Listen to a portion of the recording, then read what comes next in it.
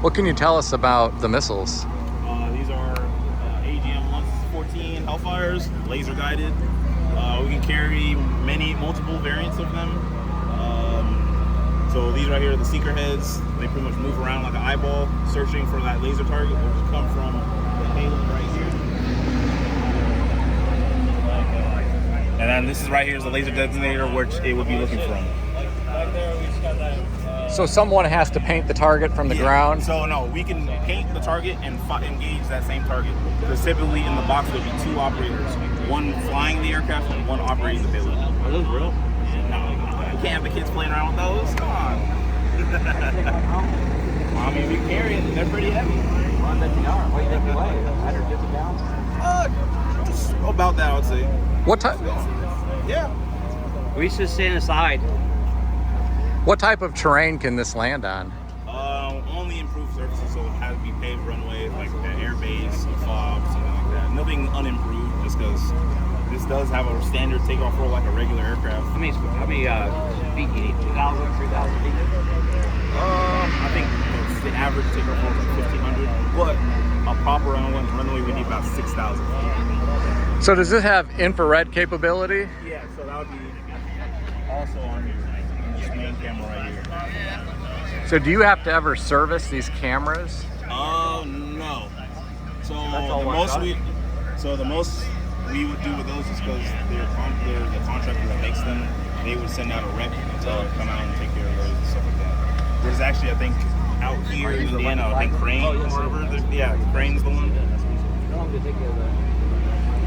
So we have like 8 months of school. So what type of maintenance is typically required on these once they get to the ground, other than refueling?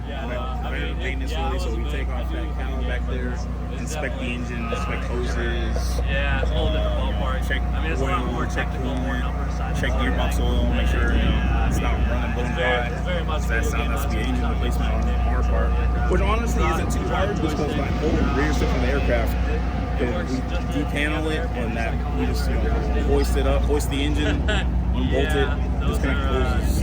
It's got pretty. This one has. So are you able to connect this to a computer then to diagnose how the... Yes, actually, yeah. So in order for us to do like maintenance operational checks and stuff like that, we have a little laptop that lets us interface with the aircraft just like the operators would when they're flying. And we can do everything from running the engine to actuating the flight surfaces, moving around the payload. Basically everything but flying it. What's the crypto access? That's for encrypting all the flight systems. So they can't be intercepted. I Oh. would guess that diesel. I thought you'd get it. Oh yeah, no, Interesting. definitely diesel. JP8, all the Army. Well, thank you for all the information. Very interesting. I wouldn't have guessed that it would be as large as it really is on the ground. Yeah, they get larger too. This is the largest that the Army operates. Generally. So if somebody wanted to become a drone pilot as a career, how would they go about that? So going in as a career outside of the Army or within the Army? Within the Army. Within the Army, I mean, as long as you have a high enough ASVAB score, like realistically, you're sitting at a pretty good chance of getting into it. I mean, there's a lot of slots that open up, but I mean, when I was joining, I only had like 1 or 2 slots open. So I mean, you either wait on it or you get in immediately. You go through the 8 months of schooling. If you pass all the schooling, you get in just fine. I mean, I've seen a lot of people get in who, not so intelligent sometimes, but I mean, they know what they're doing at least on this. So I mean, it doesn't take too much to be able to fly these. Now, do you operate out of a mobile trailer, or So it depends. I mean, like realistically, there's a lot of like newer models who are looking at like laptops and stuff like that. Ours are kind of a more, we get mobile ground stations and we have like the regular ground stations for sure. and who's in the, I guess, in the system with you? I mean, you're the pilot, but is there someone that's a co-pilot? Yeah, it's like you get like a co-pilot. They're more like the payload operators, so they run the payload work, the camera, and all that. And the weaponry? The weaponry is ran by the pilot. Oh. Yeah, so the weaponry is controlled by the pilot, and then the PO, or the payload operator, they run laser and payload. So do you train on simulations then, like a flight simulator? We have both of those. We have live flight training and in simulation. Pretty cool. Yeah, it's pretty short. I mean, all things considered, for like the flight school stuff, we only have like 8 months training, so I mean, it's nothing crazy. It wouldn't be too terrible to get into. We have a lot of our guys who, at least once they're up to snuff, they're good to go. Yeah, you can't go through basic though. He's a what? You can't make it through basic. Yeah, fair enough. We have an age cutoff. Yeah, that's true. I think it's like 35, something like that. Where did you do basic training? Where did I do it at? No, I did it over in Fort Jackson. Fort Jackson. Yeah, Jackson. Pretty great spot though. I mean, I don't know about going back. You know. So when you were younger and playing video games, did you ever dream that you would be flying one of these? So actually, it was brought up by my recruiter. I didn't even think about this originally. I didn't know this was a job in the Army before I joined. The guy who got me to join, he was like a cab scout. He was one of the guys on the ground doing a lot of like the forward sights or like investigating and stuff like that.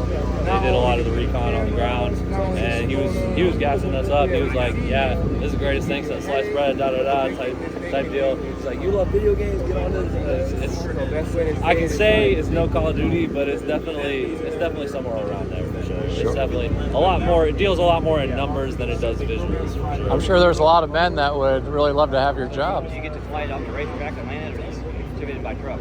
So yeah, if you go down that way, we have a truck that actually holds the actual aircraft. We have we call it a coffin. It's basically like the container that holds it. The wings pop off. So the wings come out. You can see where the screws in right there. So you pull all those out, and the wings are screwed So you got to out. put it all back together, then, didn't you? Oh yeah, I mean we put it up in like a day when we got here, so it wasn't too bad.